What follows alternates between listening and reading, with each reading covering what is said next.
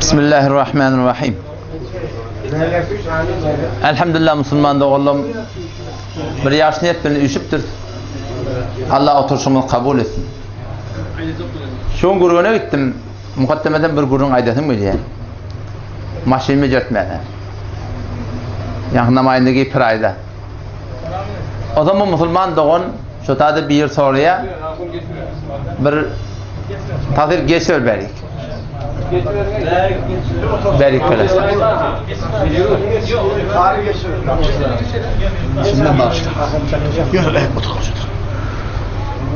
O zaman o bir mesele soradı. Ol hewre bir täçip bilen soruya da. Şu Yahudilerin soňu näme bolmaly? İn heme Yahudi var. Yahudin tane inni bir nispete Mesihî ad. O da azamat'te. O ne kadar Mesihîle var. Şulan gurun, şulan soňu näme bolmaly? Men soňu näme bolmaly gurun ýok. Allah aýdypdyr Qur'anda diýdim. Laqad keferellezîne qalu. Beşik kafir boldular. Ol bir adamlar iki. Aýtdylar innallaha thalisu thalatha. Mesihîlerin şunkun agideti peser peder ruhul kudus diýerler. Allah şular kafir diýip aýtýarlar. Şular kafir diye. O Yahudiler ve kâletil Yahudu Uzeyrun ibnullah. Yahudiler hem Uzeyr desem Allah'ın oğlu Allah lem yelid doğurmaptır ve lem yulat doğurulmaptır ve lem yekul lehu kufu. Allah'ın hem tası yok. Keyfe yekunu lehu veled. Allah'ın ne yapar oğlunu olmalı ve lem tekul lehu sahibe. Allah'ın denanısı yok. O Allah Teala onları şirk getirip dururlar. O İsa Aleyhisselam'ın ağzından Allah Teala elam ediptir Kur'an'da. İnnehu men yüşrik billah. Allah'a ihtiyaç yağdığı şeyler. İsa Aleyhisselam dilinden getir Kur'an'da. Men yüşrik billah her kimi ki Allah'a şirk getirse fekad harramallahu aleyhil cenne. Birçok Allah cenneti şöyle adamı haram etti. O zaman ben Yahudi Mesih'den ne çektiydim? O ne mi deyip? Şu Allah Kur'an'da ayettir. İnned dine indallahil İslam. Makbul din Allah'ın yanında ne mi deyip? İslam dini. وَمَنْ يَبْتَغِي غَيْرَ ذَٰلِكَ دِينَ her kimse İslam dininden başka bir dini intikab etti. Her ne kadar yakışıklık ettin. Allah ettir. فَلَنْ يُقْبَلَ مِنْ her gün şundan kabul edilecek yani. O ben olan gururunu ne edecek? Gururun dedim, menitenin üstümde dedim. Ki meniten Müslüman, dava bizim üstümde. Menitenin üstümde iki tane dava var Kur'an'la. وَمِنَ النَّاسِ مَنْ يَقُولُ آمَنَّا بِاللّٰهِ وَبِالْيَوْمِ الْآخِرِ adamlardan badiler ba, imanı getiren adamlardan badiler ba. Ne mi diyorlar? Âmennâ billahi ve bil yevmil âhir. Biz Allah'a kıyamete iman getirip diyen adamlar var adamlardan ya Allah Teala. Allah ne mi diyor? Ve mâ hum bi mu'minin. Şöyle imanı yok diyor. Adamlardan vadiler ba, iddia iman ettiyerler. Allah defeden aydıp çocuktan imanı yok diyor. Ben dedim biz Müslüman, biz öl gayrımı dedim. O ne mi deyip ki biz doğru Müslümançılıkla dünyadan gitmeli. Yahudilerin sonu belli eğer Yahudi geçti. Mesihlerin de sonu belli eğer Mesih'i geçti. Gurrun meneteni Müslümanın üstüne. Son Allah Teala pak kelamının Kur'an'da bir tane sure nazil ettir. Mahsus adı ne? Münafıkun. Münafıklar deyiptir. İnnel münafıkîne fid derkil esfeli minen nar. Münafık diyen adamlar cehennemin ki 7 tabakanın eteğinde diye. 7 tabaka cehennem olacak. İnketege haviye, onun da laza, onun da hatama, onun da sa'ir, onun da sakar, onun da cehennem, onun da cehim olacak. 6 tabakasına çıkmak yok. İnketege tabakası Yahudi'den etekim münafıklar. Onlar kim iddia İslamet yerler? Ben Müslüman yani kalben yani inkar var. Yani Müslümanlığına gitmeyen adamlar. Ki elhamdülillah bizim aramızda bir sürü gurun yok. Yani menitenin aramızda bir gurun başladı. Menitenin Müslüman. Onlar ki münafık etikadi itaden İslam kabul etmeyenler. Zahiren iddiayı Müslümançılık ettiyerler. Yani menitenin üstünde bir gururun başladı. Biz öz Müslümançılığımız gayretmeli adımız var. O da ne mi? Şu amalları doğrulamalı. Biz ehl-i sünnet vel cemaat Hanefi mezhep değil mi? Şu öz aramızdaki namazın hakkında, aradan hakkında, üçrün hakkında, zekatın hakkında, tadakan hakkında, hicabın hakkında, mehrem namehrem hakkında, denarlığın puşeşinin hakkında, toy tutmakın hakkında. Adın Müslüman olmuşlar, Kur'an, sünnet, Tevrat tutmasak Müslüman doğun. İşte menitenin sogabımız ya bolmaya, ya sogab kadantı orta nemet ya sogabın batıl eti. Sogab hasan batıl oluyor, Allah aydıptır Kur'an'na ya eyyühellezine amenu ey iman getiren adamlar sadaka veriyem hava sadakan batıl ettiyen atba diye.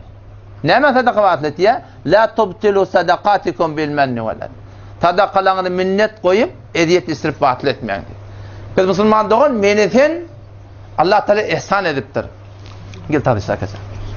Menethin Allah ihsan ediptir Müslüman dünyaya getiriptir. Ma nebudimu tagazaya ma nebud lütfe'u şamele halema minim. Allah'ın ihsanı şey. O ne kadar adamlar kafir dünyaya geliptir. Allah da onları zulmeden daha yok. Onları da. Allah onları adılına talıptır.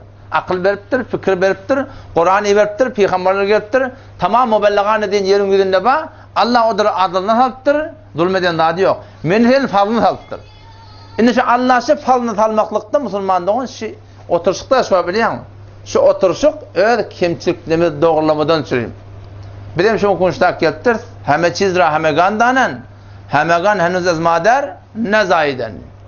Biz Allah'dan korkuyoruz. Şu anırda bir de sokak diye kayıttık işte. Siz sorarsanız bileyen de adımda biliyet diyor. Bilmeyen de adımda biz bilemek diyor. Eğer bir vakit burada da aydıptır. Düşünen de adımı değil. Yanlış olsa soram. Yanlışmışlık diymeyenle bilmem. Sonra gayretimiz çatmalılar şey diyeyim. Son men şu konuştada şey dedim bir dat dedim. Ne dedim oraya biliyor musun? Huda şey deyiptir. Peygamber şey deyiptir dedim oraya da. Allah ne diyor? Ve men azlamu mimmen iftara alallahi kedibe. Kim zalimrak ol bir adamdan ki Allah yalanmak diyor. Allah şey deyiptir deyip Allah'a nispet vermeklik şondan anırsa zalim yok. O zaman şu taydan inşallah niyetler ıslah değil, saflaylı. Maksat ne? Allah'ın razılığı. Ve oturuşukta şu formülü var da. Daha bir münazaraya yeni bir rahatsaydı da. Sorunu sorarsan inşallah tribun azap. O zaman bir de düşünüyemiz aydır. Bir olur, iki taraf olur. O görüyen sen gane olmayan diyem dost. O bizim düşünüşümüz şey. Sen hin gane olana, sen yine kavrak tahkik ederdin. Biz de inşallah şahit gelecekte ondan kavrak açıklap başarıyor. Şehitler güçlü görünü, şehitde koymalı ise koyalım. Allah tevfik vermesin inşallah hizmetinizde. Meclisinde inşallah nezmle olunlar. Şuraya koymayalım. Açık kurulma. Dahun bahsede vesile gayrımızda musallim var. Hayır. Mekke mükerremeye gidip Peygamber sallallahu aleyhi ve sellem kabrine huzurunu tapıp solada bar Peygamberden dilek koyuyam. Ya Resulullah. Mene sağlık ver ya başka da dilek koyuyam. Vesile gayrı koyuyam, şefaat dilek koyuyam. Muhtasar suratında vadde Hanefi mezhepte şu suratında. Şundan Peygamber Aleyhisselam kabrine gidende ziyarata. Son ehli sünnette Hanefi mezhepte akide şey ki hem peygamberler el-enbiya ahyaun fi kuburihim. Peygamberler kabirlerine diri. Dirlik yani vadde şu kabirdeki hem bir hayatı ba. Hayatı berzakiyeti ba. Yani enbiyaların kabirde hayatı şu hayatı berzakiyeti mesabe hayatı dünyevi. Cism ruh bile şotadır. Otam ştaydan Peygamber Aleyhisselam'ın ödünne mübarek hadis var. Ne deyiptir? Menna eğer daştan salavat salam iyi verilse bana eşittirliye. Yakıncaktan eğer salavat salam bir deyse men eşittiyen ödüm deyiptir. Yani kat'i yakini bir dat. Peygamber'e daştan salavatı verdin ferişteleri getiriye. Yakıncaktan salavat salam deysen Peygamber'den ödü eşittiye. Otam ştayda Peygamber'den şun ştayda kabirde diri. Barıp Peygamber'e bana oğul ver, bana kız ver, bana sağlık ver, bana falan ver. Buna doğru değil. Yani şu turatında ki ya Resulullah ben senin ziyaretine geldim. Erti kıyamet günü benimle şefaat edeveri. Ya Resulullah ümmetin hakkında dua edeveri. Men de hakkında dua edeveri. Şu turatında dua talep etmeklik bolyanlar. Ne var da? İki uğrun başladı. Ne tane Peygamber Aleyhisselam gidip ben diri adamların hakkında dua edip biliyor. Bir ki tamamı ölüp giden adamları eğer imanlı giden olsalar alem-i berzakta şu imanlı adamların hakkında dua etiyorlar diye. Ahvalul berzak deyip var birden kitap var. Ahvalul mevte. Allama Teberi rahmetullahi aleyhin ki karnı sıvımda yazılan kitap. Allama Suyuti rahmetullahi aleyhin hakkında bir kitap var. Olay deyiptir. Türkmenin öbür naklı var ha. Öle ayan dire gümen yerler. Öle ayan dire gümen. İki tane manası var. Öle ayan. O dünya öyle şu an ayan mutlu. Men o dünya gidem de bana beni bana sana beni bir gümen şey. Eğer sen dikelemde bizim imanımızda. Öyle ayan dediği bizim işi bolup veren yağdaylamız feriştelerin üstü bilen ölüleri yetirliye diye. Odan o tade şu bizim yağdayımın haberi var da şöyle oturdular. Falani namaz okuyor, falan etiyor. Odam şu ölleri haber verliye, öller şu tade duran yerine bizim eğer yağdayımız qav olsa bize hayır dua etyerler. Şükret yerler eğer bizim yağdayımız bildirek de olsa bizim hakkımızda dua etyerler ya şu öldürme var. Tadamani ki tövbe diyen şey. Odam o da tamam öller şu bana sana dua edip dururlar. O Peygamber Efendimiz kabrinin yanına barıp şey diyemeklik yani kız sahabe Fethul Kadir İbn Humam rahmetullahi aleyhi de ondan sonra ol Mollali Hayr rahmetullahi aleyhi kitabı El Menasik mi? Menasik'te de şu Tevrat'ın ehli himmetim kitabında Peygamber kabrinin yanına var şey diyemeklik cevaz var. Bu ne bir sünnet, ne bir farz, ne bir vacip, yine bir dar. Evet yine bir dar payına. Arabistan'ın o duran servalların batımının elinden korkmadan bab dilamalı yani. Şöyle değil mi? Ola suyurdu efendi indirtmedi bu beytten. O ne dedi? Son olan mezhebinde, olan tertibinde onu doğru bilen akla. Onun şu da adam bizim mezhebinde şuna cevaz var, şey deyip bakayım, takaza etmekle. Sonra es'eluke şefaate ya Resulullah diyen fakat cevaz var. Cevaz var. Şuna şefaat olmuyor ama. Şefaat erti kıyamet bulmalı ve de şefaat set bulmalı da. İnne ve de adandan sonra bir dua et Allahümme Rabbi hadi da'veti tamme ve salatul qaime ati Muhammedinil vesilete vel fadile. Bir dip dua et ya şeyden. Ve şu makamı Mahmud ve ba'athtu makamen Mahmuden lezi va'atte. Şu makamı Mahmud şefaati kubra. Bir de şefaati sugra. Şoları Allah Teala bizim peygamberimiz verecek, yaqini verecek, bana hiç görüm yok. Adam şu hakkında, şu suratında barıp da var akım. Şu şefaat olacak da yok.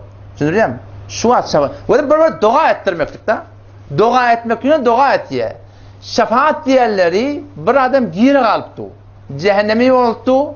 Günahsız sevabından kem oldu. Şu da peygamber Allah'ın izniyle şefaat edecek. O yerti kıyametin olacak. Beğerdiğine talebe dua ettiysen Peygamber'den talebe dua edecek.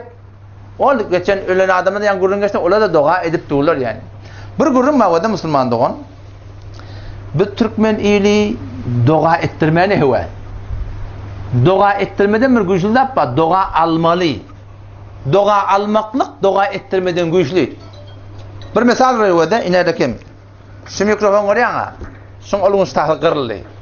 Ondan sonra geldi mung diye kırıldı. Ama madem mualla yanında, dostun doğrulap ver. Şunu şeyle bir değerlenen yaldandı. Meşin her görevimde mualla yanında dua et yani şunu. Mualla yanında bir hayır iş etti. Şu bana dua ettir yani şu. Ama dua etti mi? Dua etti yani. Dua etti o da dua etti yani. İrat yok ki bunda. Ama asıl dua ettirmekte, dua almaklık. Yani bir iş etmeklik ki sarıp sana dua öğretsin. Gece günü dua ettin. Nelike şu an anne arada vahi. Gelen akım bir garip Müslümanın yaksal harap oldu. Teynetan hayırına şuna birden yaksal alıp verten. Şehir açanla bağlanına sana dua eder mi etmez mi şu? İçi canı bilen dua eder. O gece varımızda buğdayacak tuğuçunda yalla falanın inetasını bağışla var deyip şey değil mi? O zaman şu tuğratın ne de beter haşiye gitmeyeli. Şefaat piyasanın set dersi sabit da. Kıyametun birilecek da. Berde talebi dua etmeklik bunda müşkül yok. Ne de ahire yok. Evveli Sure-i Mu'min. Sure-i Gafir'da değil ya. Son başında Allah Teala bir dua ettirmeni varsa baba bana sana dua edilip şu var. Kim dua ediyor onlar? Hamile arş Allah'ın ve yahmilu arş rabbike fevkahum yevme idin semaniye. 8 guru, 8 seppa ferişlerden tamam şolar dua edip dururlar. Kime? اَلَّذ۪ينَ يَحْمِلُونَ الْعَرْشَ وَمَنْ حَوْلَهُ يُسَبِّحُونَ بِحَمْدِ رَبِّهِمْ وَيُؤْمِنُونَ بِهِ وَيَسْتَغْفِرُونَ لِلَّذ۪ينَ آمَنُوا. Şu hamile arş tamam imanlı adamlara dua edip dururlar. Peki ne etmeli? Senden imanlı olacak olmalı. وَيَسْتَغْفِرُونَ لِلَّذ۪ينَ آمَنُوا. Bir dualar şu da رَبَّنَا وَسِعْتَ كُلَّ شَيْءٍ رَحْمَةً وَعِلْمًا فَاغْفِرْ لِلَّذ۪ينَ تَابُوا وَاتَّبَعُوا سَب۪يلَكَ وَقِهِمْ عَذَابَ الْجَحِيمِ. Bağışla var ya Allah şunun günahlarını, imanlı adamların günahlarını, tövbe eden adamların günahlarını ve şoların cehennemin azabından necat vere var. Bir öğrene dua. Tana dua ettirecek mi? Yine şu hamile yaş dua ettiler. Rabbena وَدْخِلْهُمْ جَنَّاتِ عَدْنٍ الَّتِي وَعَدْتَهُمْ. Bir. وَمَنْ صَلَحَ مِنْ آبَائِهِمْ. Atalarına dua etti. وَاَزْوَاجِهِمْ. Dinalarına dua etti. Yani dua bana sana zor boluptu. وَقِيمُ السَّيَّاتِ. Yanlışlar tedekecilikten, dünyanın müşkülatından ahiretin müşkülatından takla veri. O da Müslümandan o da bana sana dua edilip duruşu var. Kim dua ediyor? Hamile arş dua ediyor. Tamam ölen adamlar bizim bolup veren yağdayımız kavga olsa bana sana dua edip dururlar. Şuna da ehmet mi? Doğru olacak olmalı. Kavga olacak olmalı. Dua alacak olmalı. O dua ettiler ki. Dua alacak olmalı.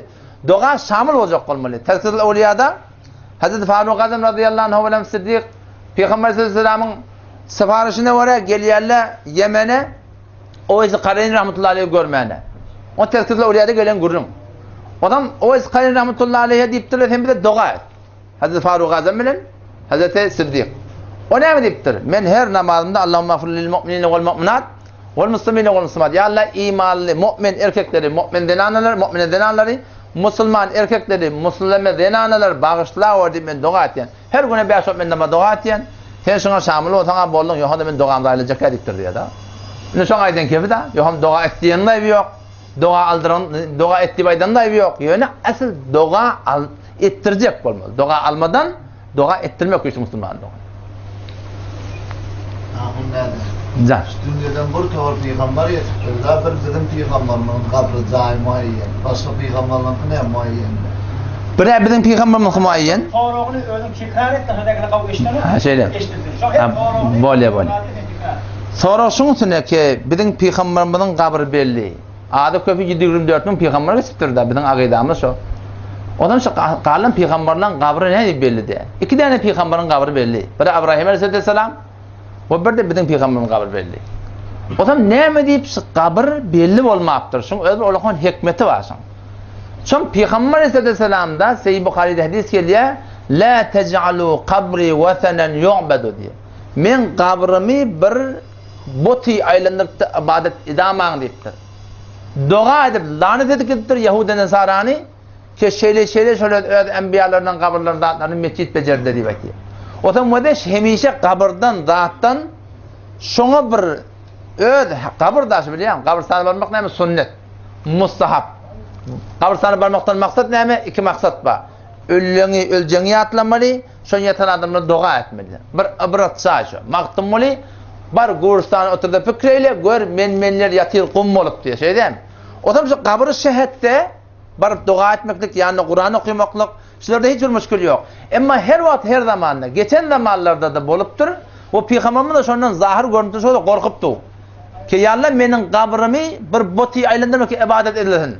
Şu taydan tamam enbiyaların kabirlerinin hakkında Allah'ın hikmeti adilesi oluptur. Ki şolan kabirleri sebebi gumrahi olmasın. Nece kabir sebebi gumrahi oluyor?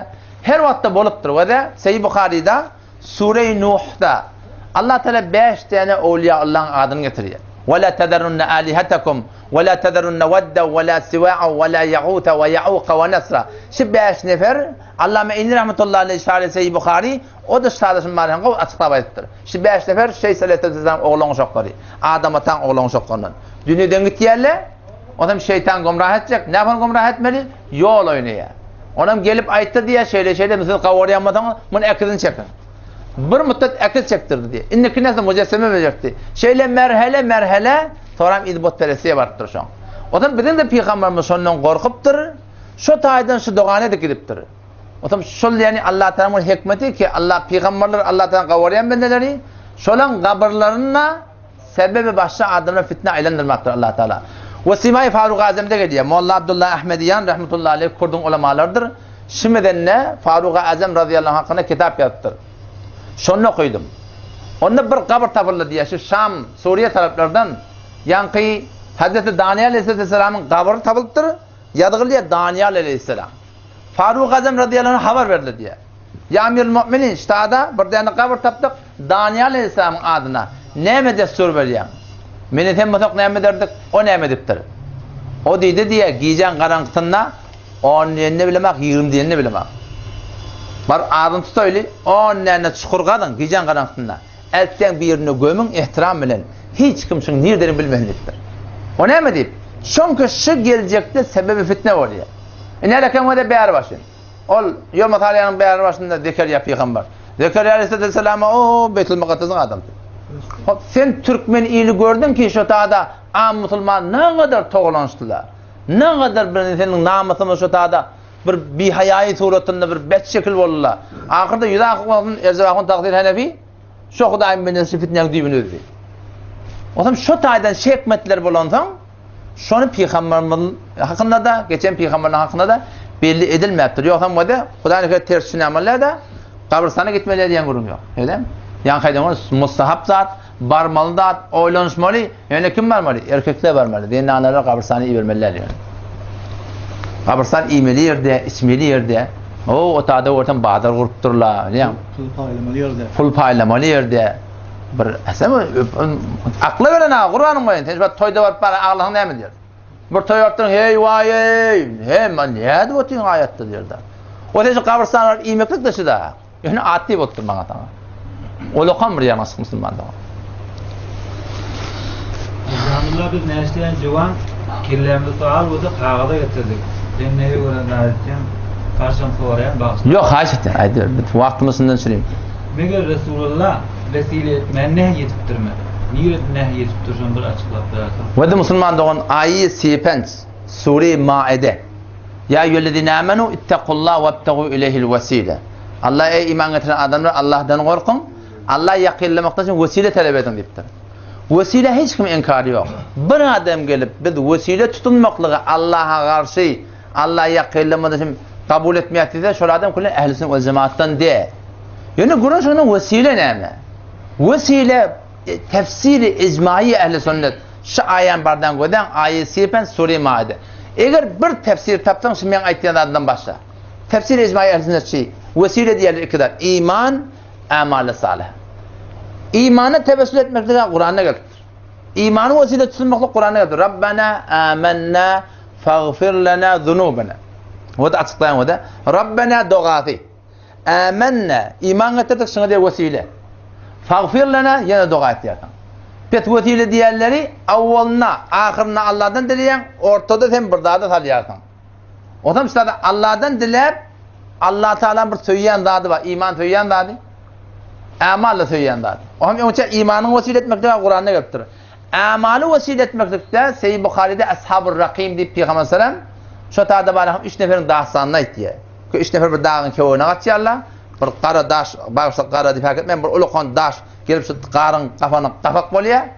O zaman böyle nem etmeli, her gayti eden, qav eden işini vesile ettiye. O zaman şu vesile hakkında o da, sen 2 rekat nefil namaz okuy. Ya Allah, ben 2 rekat nefil namaz tennisimi okuydum. Ya Allah senden razı ol, ben falan hazırdım bitire var. Bir yetime sadaka vereyim, bul dilden ana sadaka vereyim. Hayti bir ettiyen amalı salihani ara vesile edip Allah'tan dileyasında. O zaman o da vesile peygamber nehyetmektir. Yani Kur'an şunu ne? Ki vesile diyenleri Allah'tan dilemeli, ara burada atarlar. O da Hanefi mezhebi Kur'an'a değil. Hanefi mezhepte anır var şu vesile, ne ahir daşı. Sonun anırda vesile yok. Anırtana şu vesile değil mi? O da ne mi? Ya Allah evliyaların hürmetine, peygamberlerin hürmetine, şehitlerin hürmetine. Bununla kim ait ya? Allah-u Şami rahmetullahi reddül muhtarda faslun fil bey'an içinde bir fasl var. Faslun fil tevessülü minallahi subhanahu ve teala. Şu taada Allah-u Şami rahmetullahi İmam-ı Azam rahmetullahi aydan kevin getiriyor. Ayıp ya Allah falanın hakkına be hakkı Fatime deyip dua ediyor. Şu falanın hakkını deyip dua etmek doğru mu ya doğru değil mi? Şu anda gurrun etiye ahir men etiyorsun. Hak deyip dilemeliler. Ya Allah evliyaların hakkına, peygamberlerin hakkını dua etmeliler deyiptir. O ne deyiptir? Son biz azam Arap'ta haktan menzur ne bütünsek ya adamların Allah Teala'dan hakkı vücubiyeti var o. Hudaýyň boyuna bir oklaham olacak o. Şu form galat fikri sebep olamali. Bula ne deyiptir? Yani de ev yuradu bil hak. Eğer şu haktan murad şunsulda el hurmetu vel azama ulluğuni şunun fiilini feyekunu min babil vesile vakat Allahu Teala vebtegu ileyhil vesile. Ya Allah evliyaların hürmetine, peygamberlerin hürmetine, şehitlerin hürmetine şey deyip dua etmekte bu da cevazın gurunu. Şunun hürmetine dua eden tekrar dua haset kabul olmayan gurun da yok. Son o da işte vesile diyorlar iman, amal. Hürmet da buna da amala vesile diyor. Ne yaparım? Yani ya Allah minne amali yok aydar ya Allah. Ya Allah mesela evliyaların kavurayan, ten şehitlerin kavurayan, ten yolunda muhabbet ettirler kavurayan, minne amali yok. Ya Allah men şolan amallarına tevessül et yani battığınız. O zaman Peygamber'in vesileden ne etmekte Müslümanlar? Yani vesile diyenleri Allah'tan gayrı çağırmak da. Vesile diyenleri Rabbena Allah'tan dilemeli, amenne ortada duan etmeli, vesilen etmeli, yine ahirde Allah'tan dilemeli. Ayet 35. ayet için yine bir sual geliyor. O sualın için yine bir sual. Haşit. Euzubillahimineşşeytanirracim. Ya eyyühellezine amenu ittakullaha ve btegu ileyhil vesilete ve cahidu fi sebilihi leallekum tuflihun. Sadakallahu azim. İleyhil vesilete. Elif lam alıptır. Elif lam bir açıklar. Ve de Müslüman doğun, kulağa. Kurun şunu tine ve de, sen yan ibaratın, olakon takdirlen ve şu sualimin takdirini adım tutmayın, ştada peş ettir. Hiçbir ve de men mukallit. Hanefi mezhebi men tabi. Hop. Ştada men gelip elif lamın üstüne gurrun edip cins mi, ahd mi, ahd zihni mi, ahd harici mi? Muhsini menin nev'iye Müslüman gelip Kur'an'ın üstüne nezer verecek olsam, sahabe fezâle amal Mevlana Zekeriya Kandili rahmetullah ediptir. Kur'an'ın üstüne nezer verecek olsam 15 alım gerektir. Şu 15 menide yok, Türk meselede de hiç kimde yok şu. O zaman onun üstüne gelip, men gelip, şundan şu mana çıkıyor. Şu takdirin şunun hakkında aydın kefi almış. Şu takdiri keten şundan naklettiyen şu var. Şu takdirin aytyan kefiden haydi bir tefsirden getir. Bir tefsir ehli sünnet, şu elif lam şeyle oluyor. Ben minnaha Hudaydan gayrı çağırtan da bolca o diyemezsin. Muteber tefsir gözetirme bizim on gururumda yok. Ben elif lam'ın gururuna değil mi yaptı? O aleykümselam gel gururum falan. Şuna elif lam diyeyim, elif lam cins diyeyim. Otururlar ne ama? Ne biçim başından ne yapalım şunu belli yani. Bir de Allah'ın gururuna değil mi ya? Çünkü Peygamberimiz dedi ki de men fessirel Kur'an'e bi ra'yihi fakat keferdi. Her kim öz ra'yine Kur'an tefsir etse dininden çıktı diyor. Men kâle fil Kur'an'e bi ra'yihi. Her kim Kur'an'ın hakkında öz yanından öbür kep dedi Kur'an'ın hakkında. O zaman fe asaba doğru da keplese fakat akta yine iştibaş ediptir. O ne diyor? Maktumun kitabı der o. Ay şundan şu manada çıkamalı. Allah'ın kelamı, Allah'ın kelamını Allah'ın öz Kur'an'ına açıklayıptır. Resulullah açıklayıptır, sahabeler açıklayıptır, müfessirler açıklayıptır. Açıklanana varya olmalı. Bugün gelip 1400 yıl sonra bir elif lam falan mı deyip bundan başka mana çıkarmaklık müfessirlerin ters ve hiç onun ehl-i sünnete kabul ediyor. Gurrunda ahulan gurrunda, karaçılan gurrunda. Bu gurrunda karaçılan gurrunda da ve ahulan. O ehli ilmin gurrunda. Ehli ilmin gurrunda. Elif lam cins oluyor mu? Elif lam ahli zihni oluyor mu? Musun elif lam ahdin musun mesela şu adam gurrun böyle. Onun şulan hayat düşünce var. Hadi öküden çarşır tabii. Çarşır ki. Allah bu kelam etmeliler. Karasınlar. Peygamberin sahabesi Abdullah ibn Mesud kendini bilmez bir kadar okuluyum tutar. İnsanlar bile kepleşin akılları endazını sahiptir. Evet. Öyle mi? Ne peyda var elif lam cins. Doğru.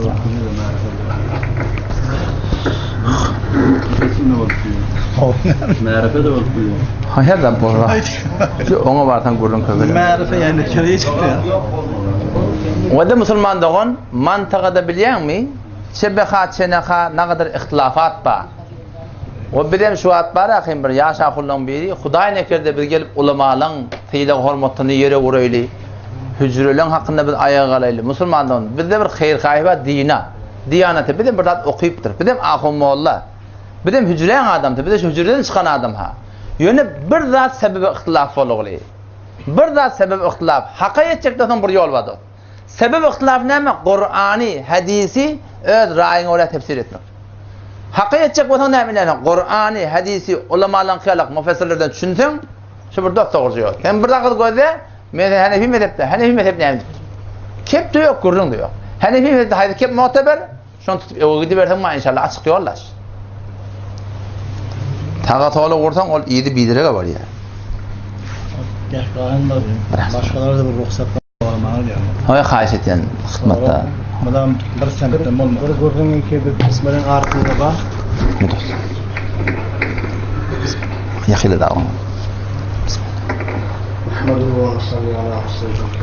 Qadar aktif. Bir gurrun ki bizim aramızda var şey alaca da kılıyor. Bu köplen bizim aramızda şey ayrılıyor, alaca adamı gözlendirilin taklaya. Forum özde şekli kıyafı var.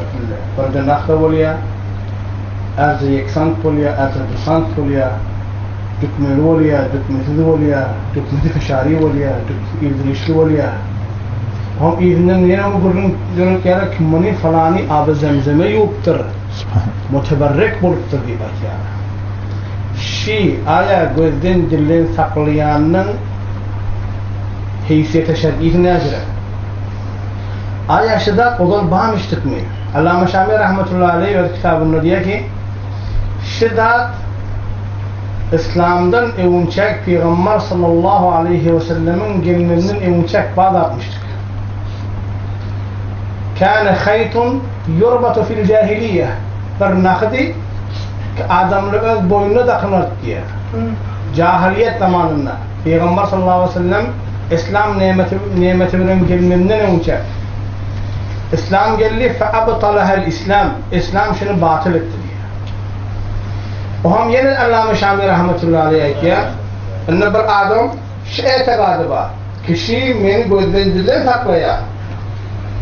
Men için boynuma takılayan, şu beni gözden dilen saklaya. Şu etikadı var.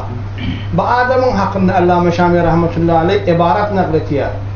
Ve zükire fi kitab-ül eyman ennehu kufrun.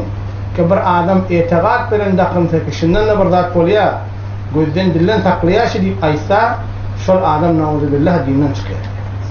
Hop inne bir adam diyor hop melajini diye avadalıktan çilim inne kâsi göktür zindanıyla Allah pafiyet yamin avadullah münzivelen bazad edip şeyler avadullah muat koptur boynuma dakın yani. Melajini mena avadalıktan çilim dakınım. Onlar yine Allame Şamil deyiptir şirk şon ya teşebbuh oluyor mendemek oluyor ol bir adamları kişinin etiqad bilen dakın yara diye bir diye şunlara mende şulman öyle mi kerahati var diye mekruh tehrimi yani haram bilen bir gaş arası var diye هم abes bir bihudi iş eden adam oluyor şey yani bardali ki ne dünyası ne peyda var ne ahiretine ne peyda var هم şidir zaten insan nem etmeli perhiz etmeli ama Allah tebarek ve teala bize tevfik versin şimdi ve oğlancıklarının ellerine dakiyor ay Mekke'de ahunlar demişini abi zemzemi yok kaydıptır bunun oturuyor işe menbe deramet buluptur İzninden o şimdiden neme abi zemzem mübarek adı bilenine girip demek yasık fasık etiqad pırıt yasık şahsibet yasık ay buna ahunlardan verdi 500 milyara, 1000 milyara, 500 milyara, 1000 milyara hem şu bir pornak deramet menbede bulupturken avadın ne hem şimdi öz oğlancıklarımızın elinden, her elimizin elinden, doğullarımızın elinden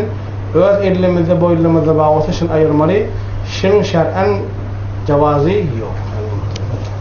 Bir ulaqan düşünmeli var musulman doğan. Bizim Türkmençiligimizde biz her bir qavdat bana sogap mıkadiyata. Her zat qav olsa sogap de dost. Her zat qav olsa din nip olmaya şoňa. Bir kişini ödemeli, şu dinne barmışy, oňa şoňa qaw demeli. Her qavdat dinne. Namaz okuymak qaw demi. O yad qoyupdylar zıma namazda, hutba okuyup tuğan namaz okuymak haram. Namaz okuymak haram bolýarmy? Haram, ustady haram. Ne haram?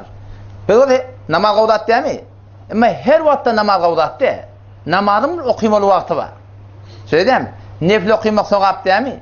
Ama dangatandan sonra gelip mescitte tahiyyatül mescidinden okuyacak dedim. Qavdatmışız. Namaz da qavdat. Ama şu qavdat de işte. O neydi? Şunu işte dinleşini okuymalı deyiptirler. Nerede hem musafirde ihtiyarsında. Musafirette namaz sen 2 rekat okuymalı 4 rekatla. 3 rekat öz zayinne du. Kop işte ben 2 rekatında 4 rekat okuyacaktım. Namaz qavdat. Ama işte şu qavde. Belki öğrelem okuymalı. Böyle Müslüman doğan her neme dinle olsa qavi. Her neme dinle yok mu? Yöne qavi demeklik bilen şoňa sogap bolmaýar. Şunu qawadyk kelleňe atalmaz.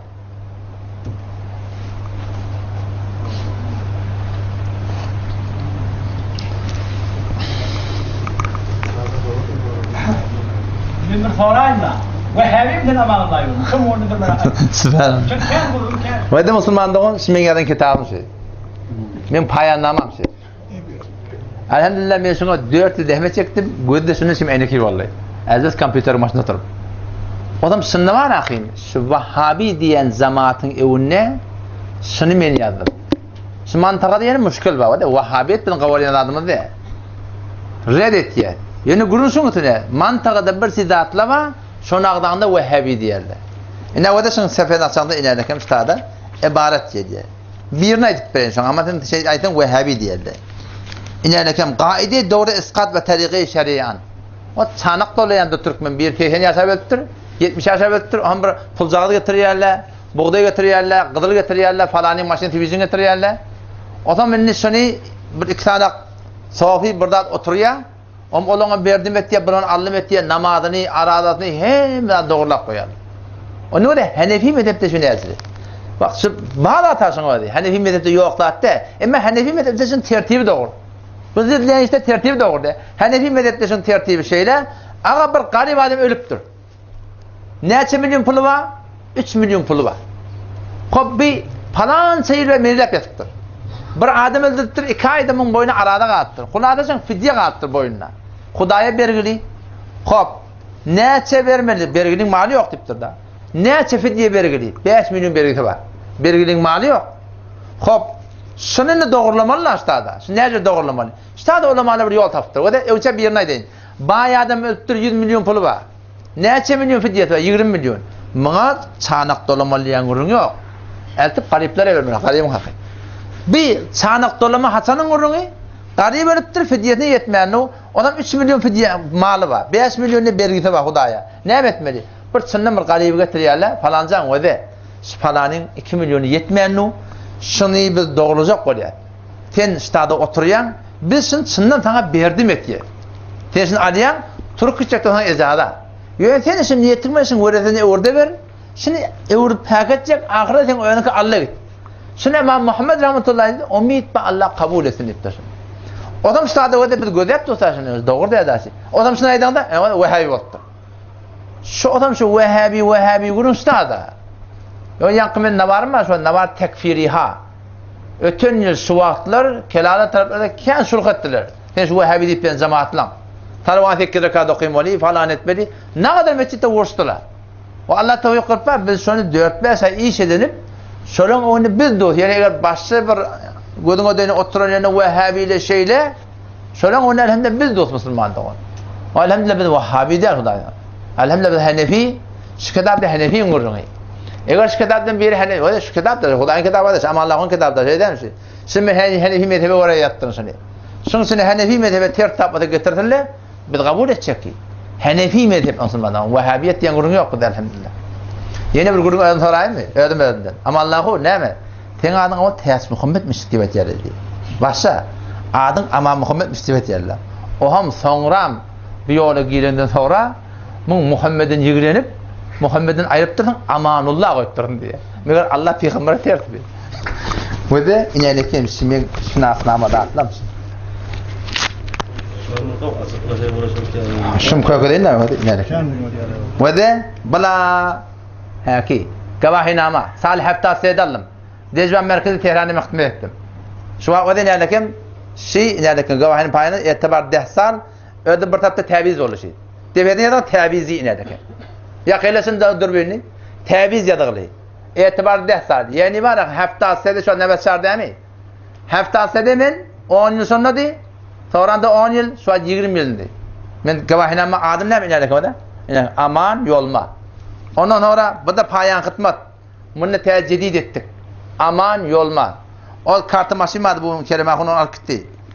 Tadı ne ama? İlerlekem. Bu da kartı milli dostu ilerlekem. Aman yolma şey. Aman nipbelleri ben kalkım 4 doğunmuştuk.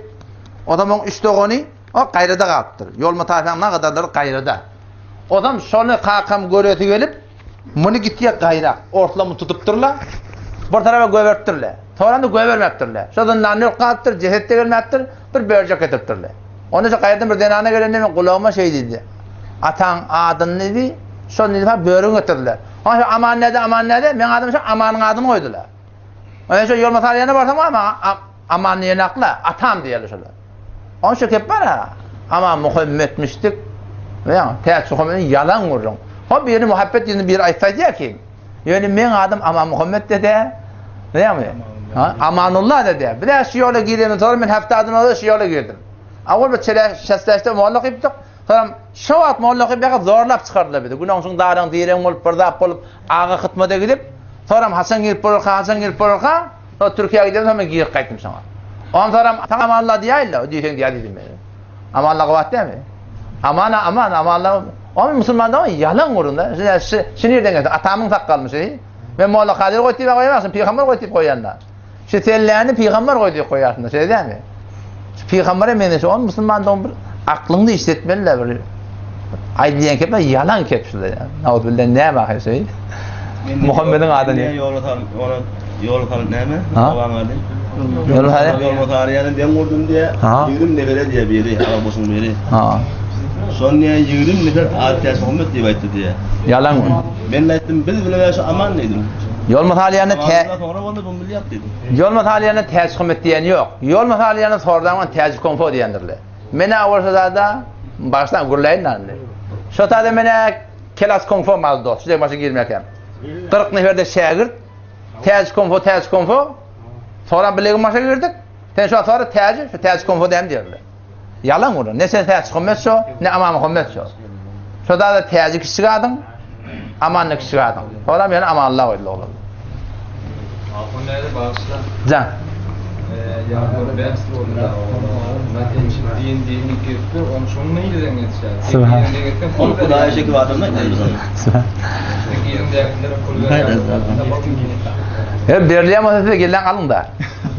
İyi şey. Onun sonu nereden yetişer? Elhamdülillah dostum özmür sermayecığım var. Onun için doğu oğullara halal surutunu işletiyen. Onun zahidani beyliğe şeriyakliğinde anıverdi getiriyen. Allah Teala giyin de Ahmedinejad'ı burada döktürüp tuğdu ol. Ondan da gelip tuğdu şey değil mi? Bir kanaatlı zindagi var da. Ne var da ben burada da soruyan da siz xahiş eten hemmecengizden gelen men bir öyümü görün yani. Ben şuna çok oldu. Yani bağın siz gelen men öyümü görün. Eğer siz şunu yaşasanız. Kanat ben yaşap yatsan eve. Aylantu da. Elhamdülillah Allah'a sporda aylanıyor da. Ahmedinejad burada veriyor. Ha hem yok Allah'ın önünde ondan bundan da geliyor. Elhamdülillah Allah Teala aylattı da.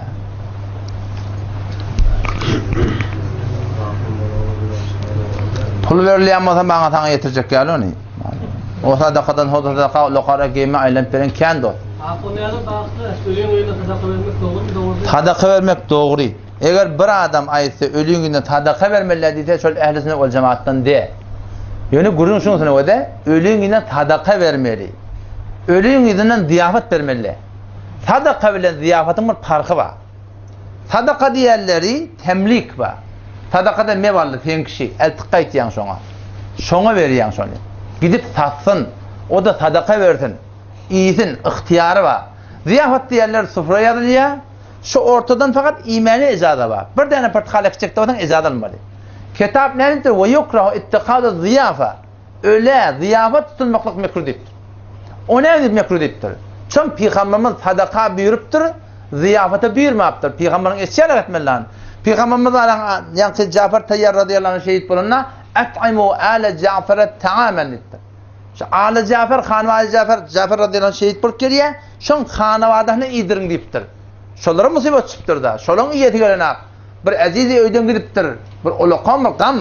Kimge iyeti geliye? Şonu şun hanıvadahını iyidirmek Peygamber sadaka şo deyiptir. Ama bu mümkün bir tersine olurlar. Bir iyidir ya biliyor. O zaman şuna kitap deyiptir ziyafat. Sadaka vermeli diýen gurun yok. Her kim sadaka vermeli diýse kuni ehl sünnetten diýär şo. Ýöne ziyafat tutmaly musulmanlar. Mesela şu 7'si diye, ayet diye, 40 diye doğru mu? Doğru değil hoşlu. Ayı 40 o da ayet 3'ün tutsan bolýar. 3 günde sabahında yok, naharda yok, şamda yok. Gelip ayet bir kitýär da imanly bolsun, izlerin Allah kuwat bersin, Allah galanly awry bersin. O öýde götüren adamlar var sen derejek famillan. Şolary sen iýdirmeli gelen adamlar. Daş çevre şoňa iýdirmeli. Daşdan miman gelýär. İzine gidibilenak. Maşin pencere otdy galyýa. Ondan şu hanıwada hiýle gatmeli. Doğan gardaş hiýle gatmeli. O näme diýip?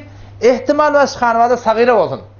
Sagyra bolsa şu hanıwadan tazyman eken mal tereke bolýança, şondan bir süýüşýän çeminde sert derse haram bolar.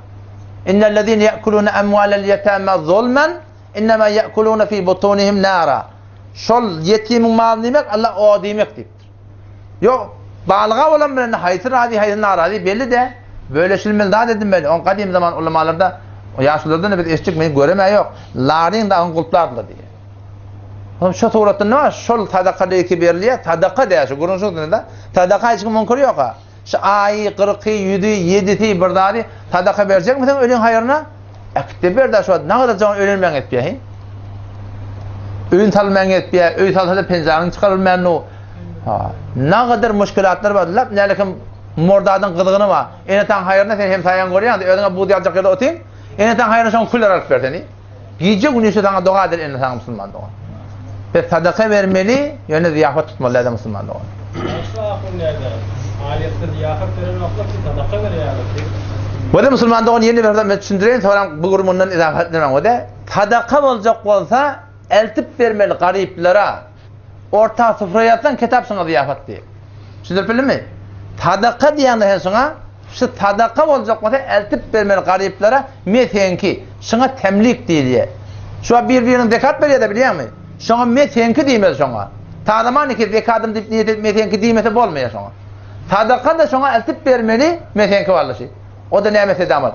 Bütün yarayan adına sadaka diyemiyor kita. Ziyafet diye ulamalar şu mekruh deyiptirler. Tamla bir adi adam ölse eşdiyem şöyle bir. Ve de Müslüman doğun ölü eşdiyeye eşitmeyenin hakkında Peygamber Aleyhisselam vaatını merteba bitirayba. Sualın başka ölümden sonra ama bir adam ölüyor da ruhban yok. Ruhu var, ruhsuz olacak mı? Ruh ölmüyor ha. Kuli ruhu min emri Rabbi. Ruh hiç vakti ölmüyor ha. Ruh olmasa olacak mı ne ama? Erti kıyametten sonra ruh gelip cesede girmeli ama sen dirilmeli. Aynen şöyle adam olmalı. Adi adam ölümüne eşdiyem. Berekallah. Ve de Müslüman doğun ölü eşdiyeye eşitmeyenin hakkında Peygamber Aleyhisselam vaatının teba bitirayba. Kavattan kulak adın sana. Yeni kurunsun sana ve de ölü eşdiye diyen dedi, eşitmeye diyen de seni ehl-i sünnetten çıkmayan. Bir adam var gelip ölü eşitmeye diye de ehl-i sünnetten çıkmaya dursun, Hanefi mezheplerine çıkmaya. Hanefi mezhepte de Allame Şami rahmetullahi aleyh ölü eşitmeye diye. İbn Humam rahmetullahi aleyh ölü eşitmeye diye. Biz Hanefi mezhepte ölü eşitmeye deyip dururlar ba. Ve Hanefi mezhepte ölü eşitmeye deyip dururlar da ba. Biz de şu ölü eşitmeye diyerlerden. Bir de ölü eşitmeye diye. Yani o da kurunsun ne? Aslında ölü eşitmeye hiç vakta da öyle eşittirliyor yani. Kur'an geliptir. Kur'an ve de Kur'an ayeti. İnneke la tusmi'ul mevte. Peygamber sen kabırdaki yatıları eşittirip bilmersin. Ve ma ente inneke la tusmi'ul mevte. Sen ölen adamları eşittirip bilmersin. Ve ma ente bimusmi'in men fil kubur. Kabırdaki yatan adamı sen eşittirip bilmersin. Peygamber eşittirip bilmiyor. Bir ne eşittirmeli? O taraftan sahih hadisler geliptir. Eşitiye değil. Falan birine cevap veriyor falan etiyor. Şu ayetin evyanına innallaha yusmi'u men yeşe. Allah kime eşitirse eşitiramallıktır. O zaman işte da Kur'an bir taraftan eşitirip bilmeyen Allah eşitirse eşitiramallıktır. O taraftan hadis-i sahih eşitiye deyip Hanefi mezhebin mu'tedil akidesi Allah Teala haytı bir adama, haytı bir kefi, haytı bir vakti eşitirse eşitiramalı. Pes var öyle şu hem kefi eşitiye deyip olmuyor. Değil mi? Salam geliptir. Şu hadise gelen de onu Allah Teala eşittir de eşittiramalı. Şehadette ortamıyana akide. Peki o da öyle eşitiye, bizim akidemiz o, yani akidetini Allah öyle eşittirliye. Bu da ki öyle hem kefeşsin. Ne men eşitiye? Şu hadise gelen de eşitiye. Ve innehu la yesma'u qara'ani alihim. Peygamberimiz deyiptir. Vakti ki ölüğünü göm irine uğrayanlar, hadise-i Bukhari'nin hadisler. Şun baryan adamla ayakkabının yani kavuşunun tezine eşitiye deyiptir. Hadisi gelen de onun hiç mi inkarı yok ahi. Salama cevap veriyor diyen hadisi var. Ama yankı vururum. Eğer kulunu eşitliğe değilsen buna hiç elisinin hiç kimdeyden ha. Eğer ben aslında eşitmeysen de bu hadis sahih var. Ortamın ikisini üşürttürler. Allah da haytı bir kefi, haytı bir öyle, haytı bir vakti eşittirse eşittiramıyor. Yani bir kuruma var da. Öyle eşitliğe eşitmeyelik kabrın yakınının vurduğu. Peygamber de kabrın taşından eşitmeye. Hiçbir ölü taştan eşitmeye. Peygamberimiz de eşittiriyor disklerdi şey değil mi? Feriştelere salavat salam eşittiriyorlar. Öyle işte ne akı? Kabrın yakınında men eşittiyen istiyor. Şimdi beyerdeki de şu at var akı. Ölüp giden adamdan hiçbir gayti kabrın taşından eşitmiyorlar. Eşittiye diyene yankı suratına kabrın yakınını vurur Müslümanlar. Cengi Bedir'de de onu eşittiriliptir da. Şonda hakkında berekallahu da. Şonda hakkında İmam Bukhari rahmetullahi aleyh. Şu tadı men doğru Şeyhü'l-Hadis Mevlana Hüseyin Pur'un mağrayını otuyordun sonra Kâle Katâdetu rahimahullah diye. Katâde rahimahullah ayıttı diye. Ahyâhumullah Allah şunları diriltti fe esma'hum eşittirdi diye. Ben ustad bağışta dedim. İmam Bukhari rahmetullahi aleyh onun için öyle eşitmeye diyemem onu. Öyle akidası değil. Siz biliyor musunuz yani? Şu tadı hulâda ve de iki taraftan adam bağışta da. Senin şu at bakayım. Ana dost olan geliyor soruyor da beni. Ben öyle eşitmeye diyecek. Öyle eşitmeye diyeyim müşkül yok. Hanefi mezhepte bağlar. Abi bir konu öyle eşitmeye atacak da ne oluyor? Hanefi mezhepten çıkan ha. Allame Şami de o kaptallar. Öyle eşitmeye diyen yankı suretini hopta da olamalı ama o da Hanefi mezhebi. Haytın tutsan tutamalı. Bunun hiçbir müşkül yok yani. İtikadi mesele de rahim edin. Hocam kerametten gururunun eşlik keşfi gibi bir ay sonra tavırda Ve de keşf-i ilham hakikatte bir manada. Keşf-i ilham. Bir zat kulak Müslümanlar. Keşf-i ilhamın gurrunu. Keramata sabittat. O keramatul evliya hakkun. Buna hiç gurrun yok. Yani keşf deyip bir zat var. Allama Şahvulillah Dehlevi rahmetullahi aleyh. Ben şu kitabın haşiyetini şunu getirdim. Hüccetullah'ın bağlığı diye. Ben niye? İkinden sonra otuyordum diye. Birden de Peygamber diye ruhu diye geldi diye mevzunu örttü diye şey öldüm diye. Şuna bir halet-i ruhani şatada bir vecdi bir halet-i ruhani şuna şatada bir ihsas oluptur. Şu keşfi kaşına boluptur, ilhami kaşına boluptur fakat şuna ödüne delirir şey. İzafa da attı. Peki her kimi kaşına yüreğine bir dat şeye ya şuna gözüne bir dat aleme gayipten görünüptür. Şu keşfi ilhami iki tane şayet gerek doğru mu eğriliğini bilmekte gerek. O da ne mi? Kur'an'ı hadise arz etmeli. Ayet-i ilhami ki yüreğine çıktır. Ayet-i gayipten bir perde açılıptır. Şu vakiyeti var mı ya vakiyeti yok mu? O maşada onun doğuşun adı ne mi? Kurban tuğa akun. Şey behavettiğine vardır. Bir öylerdek elime dua deyinip var. Peygamberimiz deyiptir. Kabr azabı insanlar bilen zillerden başka yemek şey iştiye deyiptir. İnişterde kâd adamlara Allah iradesi şunu keşfet diye şuna. İştir diye şuna. O zaman şu şotada bir tane dinanın antiyetin iştip bir nazı ortaya kalan çığırıyor. Doğada tutup yürüyü alın, zordan çıktıra şeydi. Şuna şey keşf oluptur şu. Şu kime delil, şuna ödüne delil. Bana sana da etsek, bana sana da ibret, işte uğratına. Keşf-i ilham bağdat, yani yürüyün çiğen adı, sana bir gayipten bir perde açılıyor, şayet cın sana bir dakika okutun. Şayet cın sana bir dakika okutun. Tefsir-i Azizi'de geliyor da, Tefsir-i Azizi'de cıllar geliyor adamdan yanına diye. Bir adamlar gümrah etmeden için, ben palani evliyan ruhi, ben palani deyip, şu tuğratına gelip de var adamlar gümrah ediyor. Peki gayipten sana bir açıldı mı? Bir perde yatıldık, sana keşf oldu.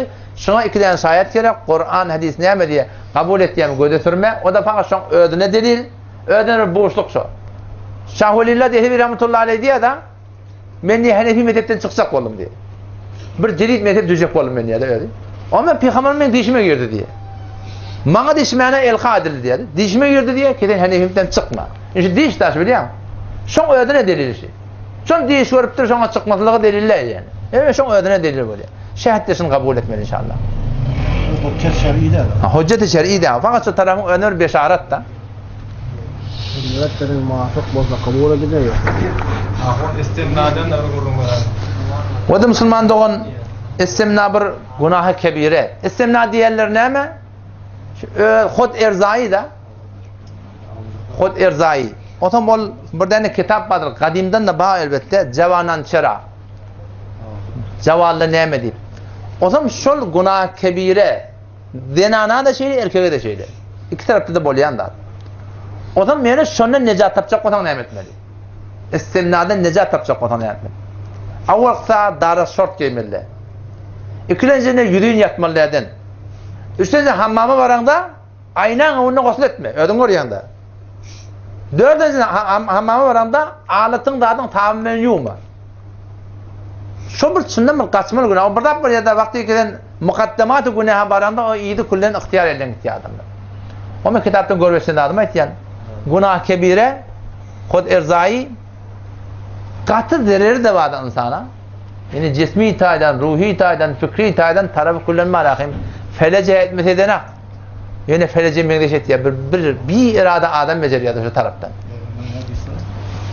Nakiriyet mel'un. Peygamber sana aydıptır diye tahir hadisi adında var. Nakihul yed mel'unun. Öyle eline nikah ettiyen yani kod erzai ettiyen Peygamber mel'unca deyiptir diye. Lanet şurada adam deyiptir diye. Kat şundan Allah'tan korkmalı. O da fazla razı sıratlar oluyor.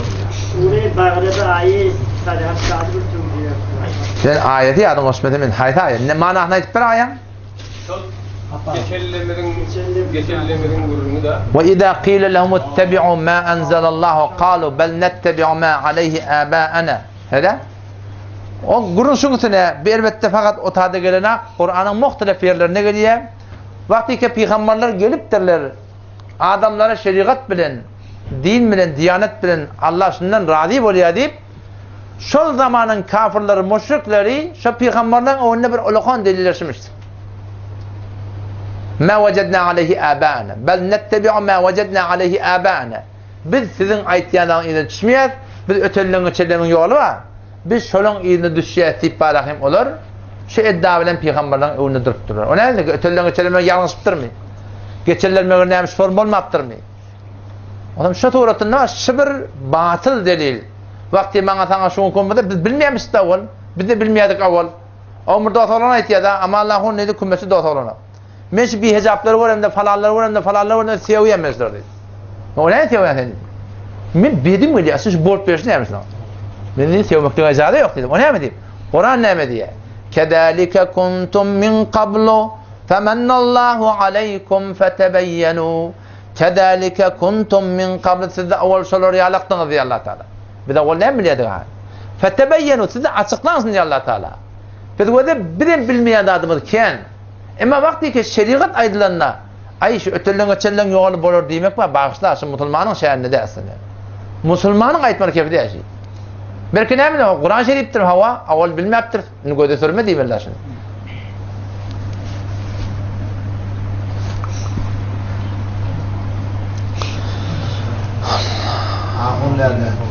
Can. Celbap giymel ya, öğrenliğini giyen. Hava giyen. Bu da Müslüman doğan celbap dilinde şayet bu da otoğlan yine haber var diyor deyip basiratlardan. Celbap dediği çadır dediği. Çadırın da aslı çardormuş çıksa avval. Zenanılan daşında bir maşka edilmek şu çardoruna aylanyan egmaş. O kadim ulamalar bir de denanılamada, enilemede, geçerlemede çarşav koyduptur. Çarşav da çarşav şu da. Çarşav, çarşav şu. Daş tevrana aylanmalıdan da şu. O yukarı baka başatar diye baytiyarlar. O zaman şol doğruca Kur'an'ın hükmü. Ayet 50 Sure-i Ahzab'da geliyor. Ya eyyuhan nebi ey peygamber kul li ezvacike özdinalarına ait ve banatike özgirlerine ait ve nisa'il mu'minin imanlı adamların zinalarına ait ne mesela? Yudnine aleyhinne min celabibihin çadırlarının bir mıdalın yüzleri noktasında. Ne menayet ya Kur'an? Araplar peygamberin vaktinde çadır giyip verilmişti. Avval çadır sonra bağmıştı. O zaman Kur'an hükmetti şu çadır ben yüzünü de örtmeli. O zaman şu taydan kadim bizim ulamalarımız şu Kur'an'ın hükmüne amel edecek olup bizim elelemede geçelemede çarşaf koydurtturlar. Giyine koynak koyanı bolmayan mı?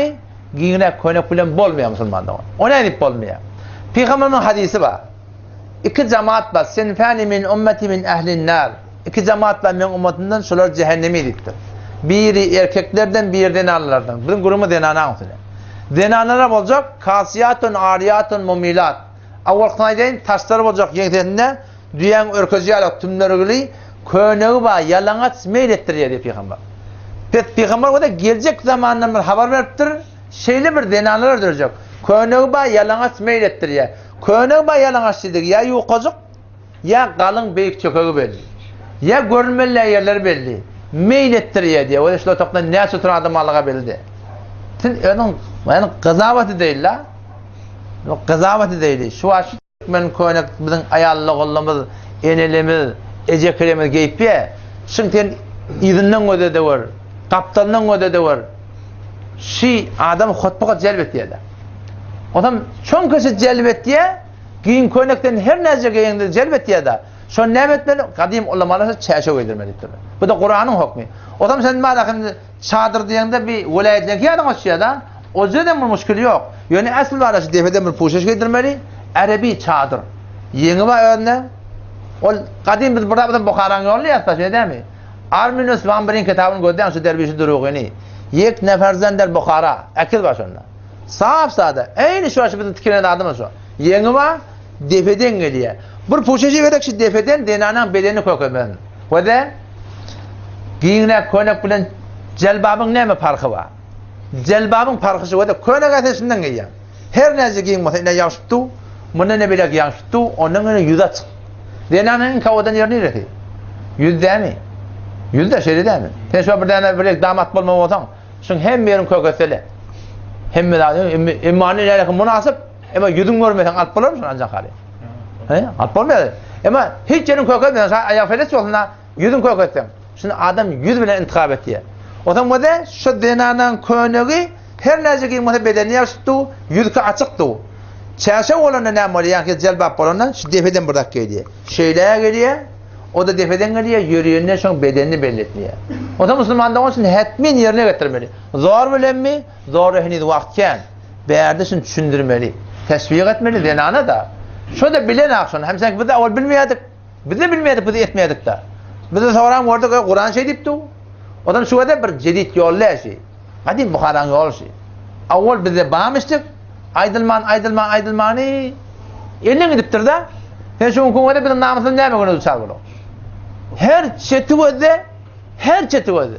Baba öde iki vurunma. Avratı örtmeli. Erkek adam avratçından göve gelince. Denanan avratı. Bundan göğen de koşarcığı avrat de. Yüzü avrat de. Tavuğuna eti avrat de. Sen öğlen gızavet et. Şu Türkmen koynak falan avrat örtülene. Bakırdak görünüptü. Baldır görünüptü. Koşar görünüptü. Çare ne Müslüman doğan? Namusumuz. Ben burada ayetlerin hemen şeyini aydatım öyle aktarlar. Ve de Türkmen burada diye da kayın olmayan ayarına. Türkmen burada diye erkek adamın gözü kevliyetler biz. Erkek adamın gözü yuha diye biz. Şu göz var ha, şu anladan bir denana geliyor.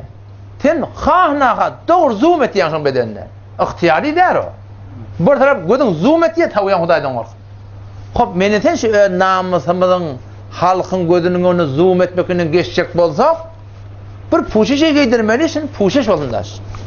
Şeysek var hem hanıvadan hefadet olacak, hem baştaki Müslüman mağazana da şu mümkün hefadete nazarına kadar kıyın. Her çeti ödeyen o sen melektir ya da o hem sen Müslüman doğuşlarda şu çeşev celbab şimdi hetmin giymeli. Elhamdülillah da doğru giyilipti. Hümmetten şu anda kadar denalı giyipti Allah. Her haftada bir kıdem bir sana tiktirmek diyor. Yarından hanıvadanlar. O zaman inşallah şöyle öyde gurruna değilim, düşündüreyim. Dinanan avudallığı sonuna. Her dağda puşeş var avudanla. Şu portakallarda var ya adasında muşemeden koyupturlar. Kağıddan koyupturlar biliyor musun? Şu an baharak kıymetten hatta yallah şöyle. Portakallı var da. Bir portakalı dökülüyor. Bir portakalı var adasında kağıd var. Şu kağıddan baharat yal değil mi? Dinanan adasında örtü giydirden dinanan erdi şart diyorsun Müslümanda. Babır yüzü ona kelem saldırmak gerek ki. Sen fakat yüzünü örttürsen bir 4 saat sonra giyip gelmez. Yurt gezince öye şunlar yüzü avdallanmasa. Nur şu duramır Müslümanda. Ahmet'in karşısında ya sen burada da sen bir adam anırdan gelişine de tarafı yüzünü var ya devlet diye demek istiyor mu? Hava. Sen aslında atıyorsun sonra dinana yüzünü ödedim mi bir dinana? Gözlemek gerek ya o himmeti gözün açıp duran. Bre gözün açıyor ya isteyen mi? Hazreti Ali radıyallahu anh'ın toraptır ya Resulullah deyiptir. O da men kim ahi? Hazreti Ali toraptır. Ya Resulullah gözün namehremet şaya deyiptir. Göz düşüyor Müslümandan. Göze deriya. Göze deriya. Hazreti Ali toraptır ya Resulullah gözün namehremet şaya. Onunla deyipti ya Ali lekel ula avval qiyni bi qasd bidun qasd gözleyen mın irade yok deyipti. Ama ikincinin bi qasd gözlesen kıyamet gün güllerini gözüp eridip gözün olarlar deyipti. Can heleleme bileşmeler. Denana zamatın dışarıda işlemekliği erkekler bilen doğru şeriatı ter. Ayet pencası Sure Ahzab ne diye? Ve izâ se'eltumuhunne metâ'a ey imanlı adamlar peygamberin helellerinden bir daha sorasanız fes'eluhunne min verâi hicab perden arasında soran diktir. Denana bilen erkek eğer bir kepleşmeli olsa işim olsa hulata bir Ferazdan tedavet muallim oluptur da. Muallim zenanda bir de gerek, perastar da gerek, mama da gerek. Ama çarşıbı şerde gerek da şey değil mi? Doktor oluptur, oturduğun özmet evinde. Erkek adam geliyor, orta perde okumusun. Bir zaruret bir zenanda tüken sırma oluyor. Günün sonunda geçen adamsı yok. Şey değil mi? Çaresi yok da bakın ne mesela? Dükkan duracak mı? Vitrinin ona şey perde okumasın. Anında erkek geliyor mi? Kur'an hükmediptir. Erkek helevine kepleşenler. Avla ara perde olmalı. İkinciden mülayim kepleşmeliler. İn ittakaytunne felâ teqdâne bil kavl. Allah diyor Kur'an'da. Eğer Allah'tan korkuyan mısın eden analar erkek benim kepleşen mülayim kepleşmeyen. Ne yapın kepleşmeli? Ne şeyler? Gel ver näme işim var diýme şoňa. Oňa ýüregi ýaly öwlet tükende gep berme. Ol sen göz ýap barahym ol ýüregini meýletmek adorsan, he Hudaý jandy ýatan ajdar bolmadan. Şiirden. Erkek adam tükensin evetler oldu. Erkek adam tükense o da şeyler. Bereket. Hefazete nezer etmeli o. Gözüne te oklamalı. Gözlemelerini geliver barlayı. İşin mota aydı ver. Halam zenana berse almalıydın. Yaş zenana. Halam da zenana da bermeliydin. Kim aydıptır Peygamber ettir. Zenana bilen elleşmeliydin. Kim aydıptır Peygamber inni la usafi'un nisa. Men Peygamber hele elleşmeyen beni. Oo, sana efrati diyor da. Ona Peygamber efrati. Şuna o şey diyor, bilmem mi oluyor? Peygamber efrati olmalı ne olur lan? Peygamberin aydan etti. Şeriatın aydan etti. Peygamber sen aydıptır. O dey, babar et. Biz goşta gördük şunu. Olgunna kelalangan azan fenger dedim. O da şuurun ayttılar. Goşta men gördüm men gören adam aydın. Anırda denana geliyor. Sen de berden geliyorsun. Bir xiyabana girdin hanı. Daranak koça. Denana yapılan divara. Sen geçen duş ol. On geçip gitmer ona gitti. O ne mi dedi? Peygamber ettir şolara. Denanalar yolun ortasından yürümeler ettir. Aleykum bihafetit tariq alfazlarında. Yolun kaptalısının gidiptir. On şöyle şeriatın aydanında açsın. Bu ne demek o da? Kur'an etti da baba şu Kur'an etti ya. Ve izâ se'eltumuhunne metâ'a. Helelerden biraz soracak olan arada perde olmadı Allah Teala. O şey efrati mi onun şey?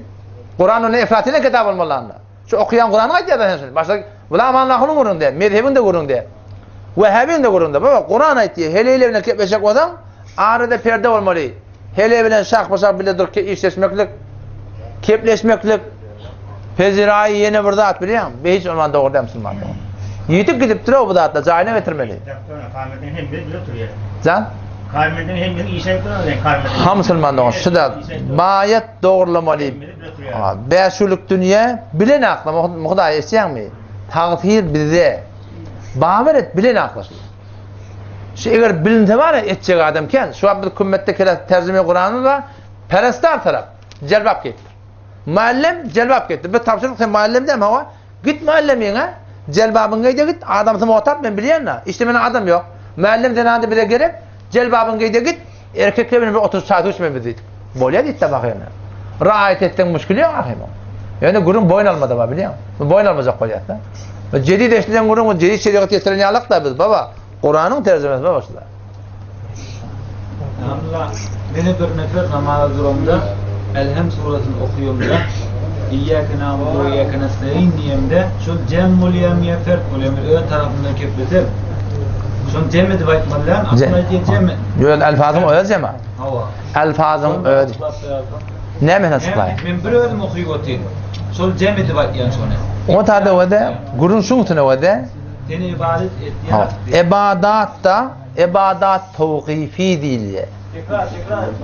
Sonra şuntuna biz ne iyyâke na'budu ma turami perestiyim deyiptir ta.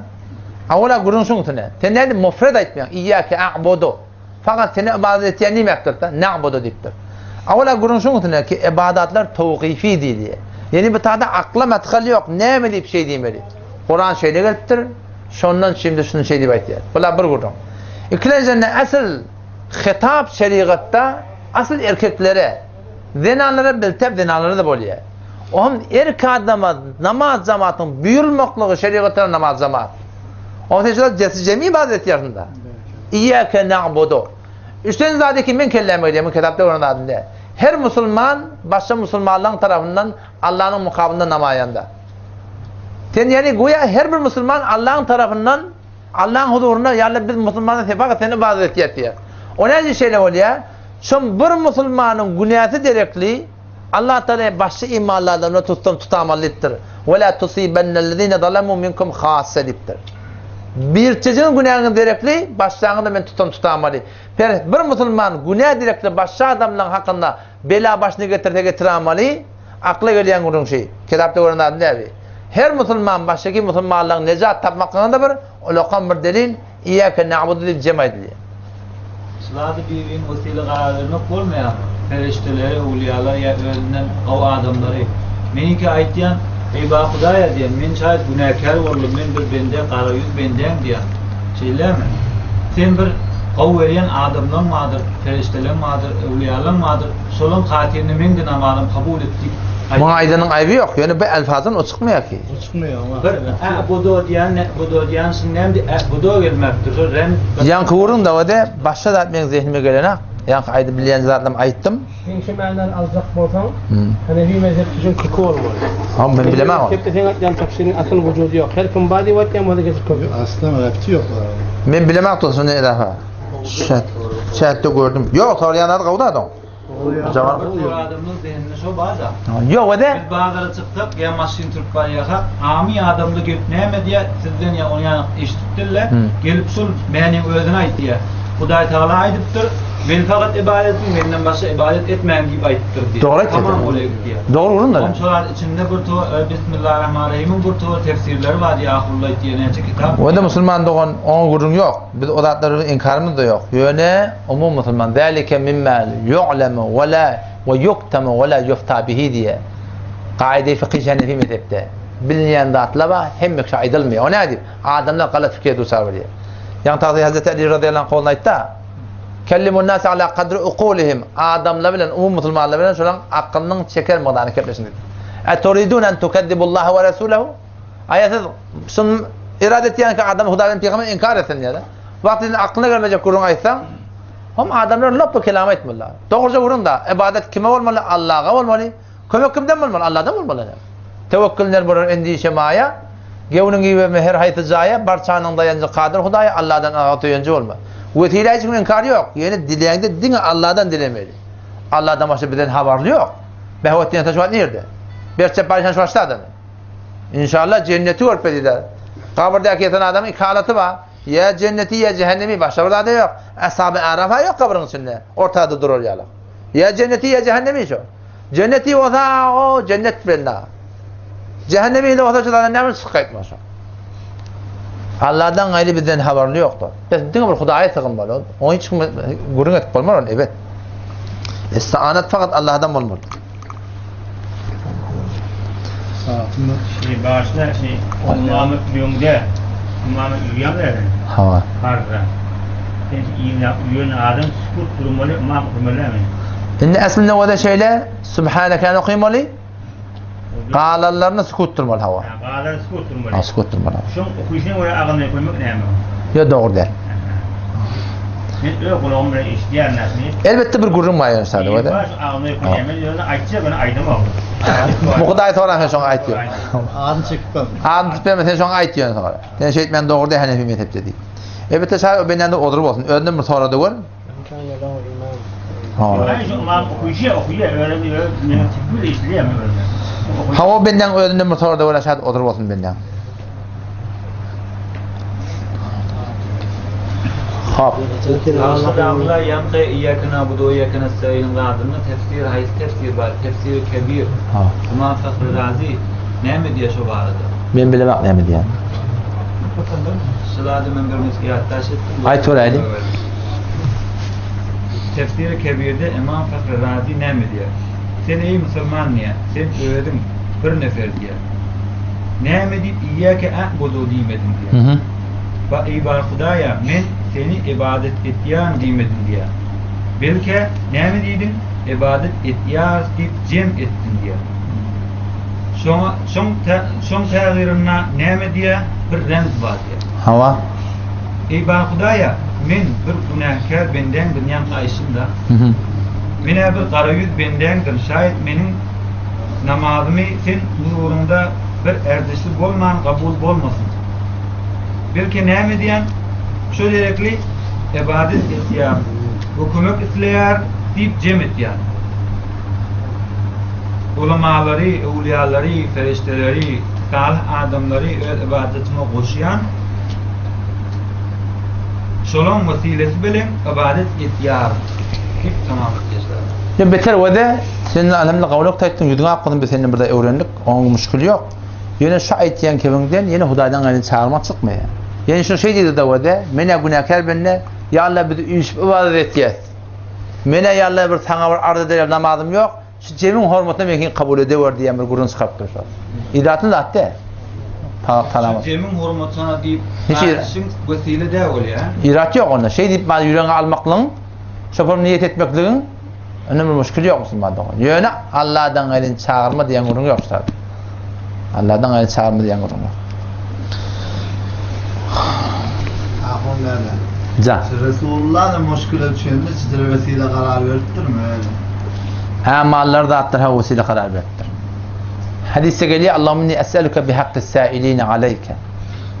Ya Allah men garip katarın fiile hurmatına hakkını senden dileyen. Yesteftihun Nebiyyü sallallahu aleyhi ve sellem bise'alikel muhacirin. Peygamber aleyhisselam garip katarın hurmatına Allah'tan dileyerdi diye. Şu forum zayıf hadislerde şahit sabit. Ha.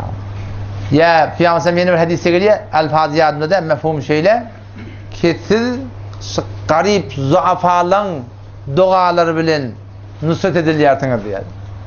Şolara dua ettirin diye ayttık da. Bunlar irat yok. Peygamber'e de vesile talep edip duruyor. Hadis ayetler de. İnnemâ temsarûne bidu'afâikum zikriye. Şundan öyle değerdir ki siz öyle zayıflığınız bilen kömek edilmeyenler sana diyor. Vallahi. Valla adam atan hakkın hakkında da var. Adam ata vesile edebiliyor. Kim vesile ediyor? Peygamber sallallahu aleyhi ve sellem hurmatına şeyden. Onun hiç müşkül yok demek. O caiz. Sen sonra sen soradın. Şimdi bir sonra men sen Bir sonra adımlan radında şey. havlama- Men cemet getirdim. Hava ettir tamam. Havlama mesela men bir sonra. Ya sonra mesela o kadar tanrım. Ben şu an Yok, otur Allah. sen Arapça bilen pelvan. Arapça bilen mi? Tanrım. Bölme biliyen. Sen bir müzik Arapça bilen tefsiri Fahrazi'nin çünkü bilmiyor. Tefsiri Fahrazi tamam menteği Oraya durgun. göre giyin kitap. Kebir. Kullen ulama tefsiri Fahrazi'nin öyle menteği felsefi da. Aqulun öyle düşünmüyor ne hali giyin. مرة أقول يا مثلا شو بوت ورا da sen şunu eğer kav Arabi kamil Arabi şunu bilmesen sen çok ödün okuyup düşünmüyorsun. Yani başta din var mı? Yani şu an sen elini toğralan bir şey ödün ki dedi. Men öğren boynalayan ki aynen benim bırak çakolan başta çakolan. Yok kavvet ya ben toğramı diyorum ama sonra etti şun hem bana cevap verirler. Ay sen bu sorun ödün ki deyip cevap verilmen durmadı ki. Yani fakat bir nokta işaret çekolluk ki sen şu toğrağı ki etiyan bir şey çekmedin bir kulağa söyleme. Şimdi seninle bir iki de ya kulağa. Şu an sen şu toğrağları sen ödüne 1 euro tuttu. Şimdi şiciret toğrağı. Ayıbı yok, koy öğretilen ne yapayım? Kavvadık toğrağı tuttu. Kavvadık. Sen kendine bir şobayı icat boluptur, şobalarda joğa varıptırsın. Sen derer çeken adamda sen peyda varıptırsın. Yani şuna çok koyun ol adamları ki sana öğretiptir, şu adamın garazı var. Şu adamın özüne şikirmeye işte oturmaya. Bu ödülüne doğru mu oluyor? Sen vakti şoları biriyen, sen şolardan ya diyen, çünyen, şolara ait da sen öğren neymiş, sonra öğrenleri ele vakti etmeyen. Sen öğrenleri geldiğinde Elami hitap edip payrağımızda meğer ayıptır sonra her kim öğreti alıp öğreti gelip taraf gelecek Ya müşkül yok. Gelecek Ha bol inşallah müşkül yok. Yettirin gidin akın kavi hiç müşkül yok. Sen sonra ederken inşallah birliğinde cevap verirsin. Sana neymiş gibi sonra etken adam yok. Yok müşkül yok. Sonra ettin elhamdülillah sana da cevap verildi. İnni kâne bulunlar onun cezası. Yok hayır ettin yine. Anlamda bir tür değerlerde bazı. Yok kavettin hevoren. Ya yüzün akbatın. Zamada bağırını soratta kavetti beter yüzün akbatın. Beter kavet. Ha yok hevara kavet sorat. Yüzün akbatın. Ya beter kavet. Ha başka Müslüman doğan tağıdı da çekmemeye tutturmalı. Abdülaziz ne mi der? Tağıdı da çekelim. Kap. Ulak kadar ayet. Ulak kadar. Can. Şu zamanlarda da görünüyor adamın sonra iltermeyen bazı adam iltermek ne yapmışlar? Adamın soracak adamın doğasını sorun. Doğat yok, doğacı otikala şu an elden bezle terminde görünüyor. Men görende adam şey, adamın doğatını her kim öde kıymalı el kaldırmaklığı men göremek. Etiyen adamın öldüründen sonra nirde başını kaldırmak. Allah Melekenevi rahmetullahi aleyh şun hakkında sarahatan etiyen. Nirde etiyen? Allah Melekenevi rahmetullahi aleyh bir kitabı tek mesela tulukibe binami Şerhül Vakaya. Şerhül Vakaya hiç ve Türkmen hücre yok okudulmuyor mu? Celemeden. Yani şu ahumul dokuz hükmü okuymaysan. Ahullu şun ders verecek olanlarına şun bir şerhi var Es-Sa'aye deyip. Allame Leknevi rahmetullahi aleyh, Abdülhayy Leknevi rahmetullahi aleyh hem yazdıklar. Abdülhayy Leknevi rahmetullahi aleyh şu Es-Sa'aye ikinci cildinde aytiye namazdan sonra, tamaktan sonra, adamdan sonra deşüyde ya ayak yola çıkandan sonra hiç kayfında peygamberden el kaldırıp dua etmek sabit değil. Yani el kaldırmadan görünüyor. Adamdan sonra emin gibi ederler mi? Ben bunun aklına gidiyor duasını okuyan sonra bilmeyen adımla var. Bilmeyen öğrensin mi? Havası asıl var sünnet. Burada bana asıl sünnet herkim öğretmeli. Avamaten marakim talim verecek otan qavu ki müşkül yok. Yani hop talim diyenler bir hay olur, bir 15 olur, 20 olur diyenler. O talim verecek otan yazıp ver öne adamla o dedi bir talim dedi. Öyle değil mi şimdi? Ben okuyun siz okuyun diye. Ama 15 gün sonra paradan sen okuy diye. Sen okuy diye. Cenazana namazı yarak da. O şey deyip öğretmeliler seni. Ömür sahaya akıllet vermem seni. Şunun kadar olmuyordu. Akıllı öğretmeli seni. Benim admet çitten taşardan geliyor yani. Hava. Geçtikte. Hava. Biz görmedik de ortaya. Siz etiyen adamlardan sonra yankı Mufti Merdani'nin manası ayetiyen kitabı Es-Sa'aya cildido amal ba'dil feraiz. Amal ba'dil salat diyendir. Yadıma düştü sefeyi dibiz şes yakınız dibiz şes çağrına. Aynı şu gurrun başı tada. Aynı şu gurrun. Şu tada. Şerh Merakil Falah Allame Tahtavi ala Merakil Falah'ta da ayetiyen şunu. O tarzda da bak görüyorsun. O bir yerde bir Türkmençilikte ne amayı var. Ayıbı şu ki peygamber etmeyaptır da. O şu peygambere oraya etmediler. Çünkü bizim davamız şundan başta dava yok. Şeriata oraya etmediler. Hanefi mezhepte yok da. Hanefi mezhebi oraya olmalı değil mi? Bir de gören daha yerimiz yok. Etiyerlerden siz soran Hanefi mezhepte nerede var? Eğer hakkı edecek olan delil getirdi de. Hanefi mezhepten getir nerede başlıyor? Peygamber sallallahu aleyhi ve sellem etmeyaptır, terk ediptir. Şu terk etmek bir nehin alamatı mı yani etmedik? Hava, berekallah. Berekallah o da. Peygamber sallallahu aleyhi ve sellem etmedik bolsa ay etmeyaptır da. Etmediymeyaptır deyip şunu etsen bolmaya mı? Bolmaya o da ne yaparım? 4 rekat Peygamber sallallahu aleyhi ve sellem seferde ne etmeliptir? Kasr etmeliptir da. Peygamber kasr etmeliptir. Kamil okuyayım ben diyen adı yok, kasr etmeliptir. Hop Peygamberini kasr edin deyiptir. Ay etmeyene deymen, 4 rekat kamil etmeyen deymeyaptır kimdir, 4 rekat okuydan bolaya mı? Sahabe dayanayım, bolmayası diye. O ne mi deyip? Şu diye, işte sabit de Peygamber'den diye. O zaman işte o da Peygamber'in hadisi şey. Men amile amelen, her kim bir işi etti. Feleyse aleyhi emre, bizim desturumuz yoksun şey etmeli. Fehuve reddun, şimdi merduttan. Peygamber desturu yok da sen şey etmeli. Etmeyaptır da. Destur olmayaptır yani biliyor musun? Şey etmeliğin adı yok. Şu şey etmeliğe diyen adı ne? Etmeliğden. Ay Peygamber'e etmeyaptır da. Yok. Peygamber men etmediğimi etmediyiptir. Gurun sonra. Fakat din mi öğretti mi? Fakat dinin gurun hava.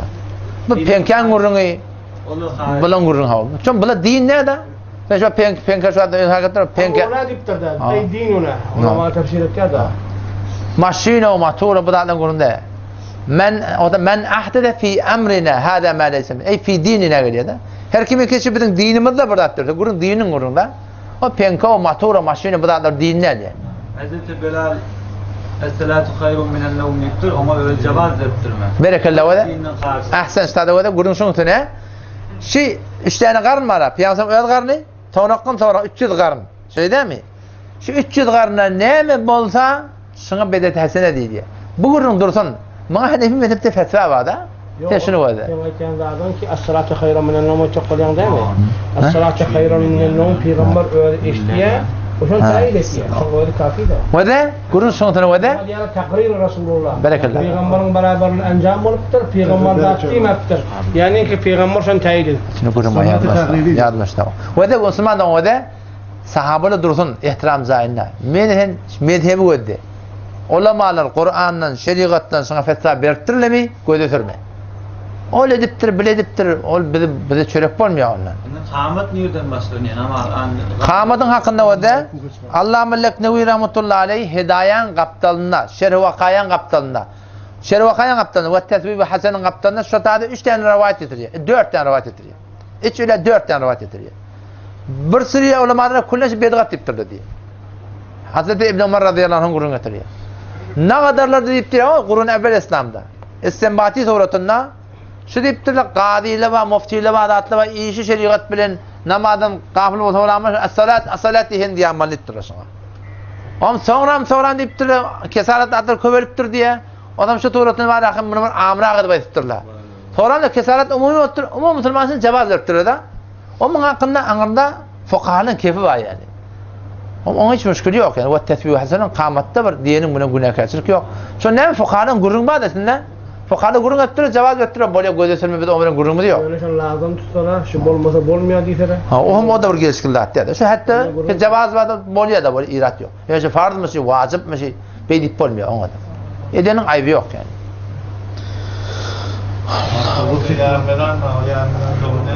Yarmeden doğru değil hava. Şeriatta yok. İşaret sebbabı ne mi? İşare bis sebabı sünnet. Reddül Muhtar'da da geliyor. Kod-i şerh-i vakayet seffe-i sedşetsino sedeftat yakında işare bis sebabı sünnet dik geliyor. Musab değil yani. Edilmeli de. Öyle okuyulayan kitabı da. Hop, hatmı zeli sen ayda ilminni. Ne acımaklar? Olacak mı? Ama inşallah aradaydı. Allah tevfik kılıp bize sizin avaçığını oldu.